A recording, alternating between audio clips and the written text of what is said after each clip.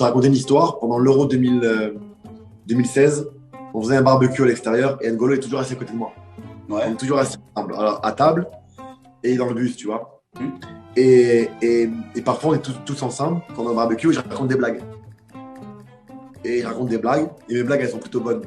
Et je pense. Et N'Golo, il est là, collé à moi. Ouais. Je l'entends pas. On l'entend pas. Et sur la tête de ma mère, qu'il était comme ça. D'accord.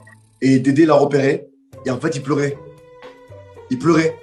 Il pleurait, mais en fait, il pleurait de rire. Et on s'en est même pas rendu compte. Et quand on l'a regardé, même quand il pleure de rire, il veut pas se montrer. Et on a commencé à rigoler, on l'a regardé. Et en fait, là, il a commencé à se lâcher. Et il pleurait. Il pleurait, il pleurait, il pleurait. Et à un moment donné, tout le monde dit N'Golo, t'as pas une blague, t'as pas une blague. Il dit oui, j'ai une blague. Il commence sa blague. Sur la tête, écoute-moi, sur la tête de mes enfants, que c'est une vraie histoire. N'Golo raconte sa blague devant tout le monde, toute l'équipe. Il arrive à la fin de sa blague, il me regarde sur la vie de ma mère. Sa blague, elle a duré moins 15 minutes. Il me regarde, il dit, il bloque, il dit ah ben je sais plus la fin. Eh, écoute-moi bien, c'était la meilleure blague de l'Euro. Et là, il y a tout le monde qui crie, qui pleure, on pleure de rire. Et lui, il était mort, il était quoi? On n'a jamais fait la fin de la blague. C'était incroyable. Et voilà la blague d'N'Golo Kanté. Mais il aime pas quand on parle trop de lui à table. À table, si tu veux, tu as toujours Benjamin Mendy ou Paul Pogba ou Griezmann. Tout doucement, il murmure la chanson. Mais là, d'abord, le mec, il est seul. Ouais. Il est tout seul. Et tu vois, ça commence avec un. Ça commence par un. Kanté. Tout doucement, un seul qui commence. Et là, direct, il le regarde, il dit s'il te plaît, arrête. Tu vois? Tu vois, il est discret, il dit arrête. Et là, tu vois, Benjamin Mendy, il s'en bat les couilles. Il continue. N'Golo Kanté. Voilà, tu vois. Et là, le deuxième, le troisième, ça commence à prendre machin. Et là, tout le monde qui crie, qui lève les serviettes. Et là, il déteste tout ça. Il déteste. Il rigole, hein, mais il n'aime pas ça. Il veut pas se montrer, le mec. Et un jour, il m'a fait l'un des plus beaux cadeaux. Et on a discuté. Et il m'a dit, tu sais, Adil, un jour, j'ai fait une interview. Et j'ai dit dans mon interview que tu étais le joueur qui m'a donné le plus d'espoir. Je lui ai dit, arrête tes conneries. T'as dit mon nom et tout? Tiens, moi, je suis choqué, moi. Il me dit, bah oui, parce que quand tu as commencé à Lille, tu étais mécanicien et tu as réussi à être professionnel. Et moi, quand j'ai vu ton parcours, ça m'a touché.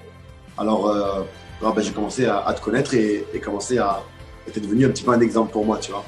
Et regarde derrière ce qu'il est. Derrière, c'est lui qui est mon exemple. Moi, ce qu'il a dit, si tu veux, pour moi, il reste humble, mais je le mets dans mon palmarès.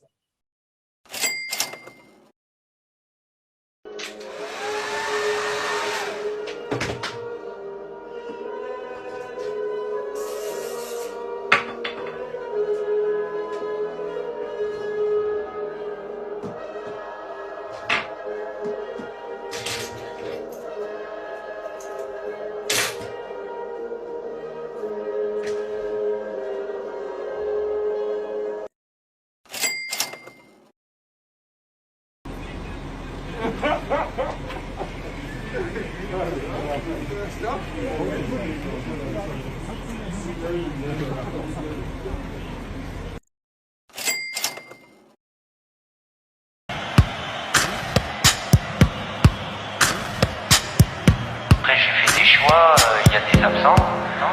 Ramener la coupe à la maison. On est tous ensemble. Encore c'est le moment. La France est debout. Ramener la coupe à la maison. On est tous ensemble. Encore c'est le moment. Ah, allez, second poteau Pavard.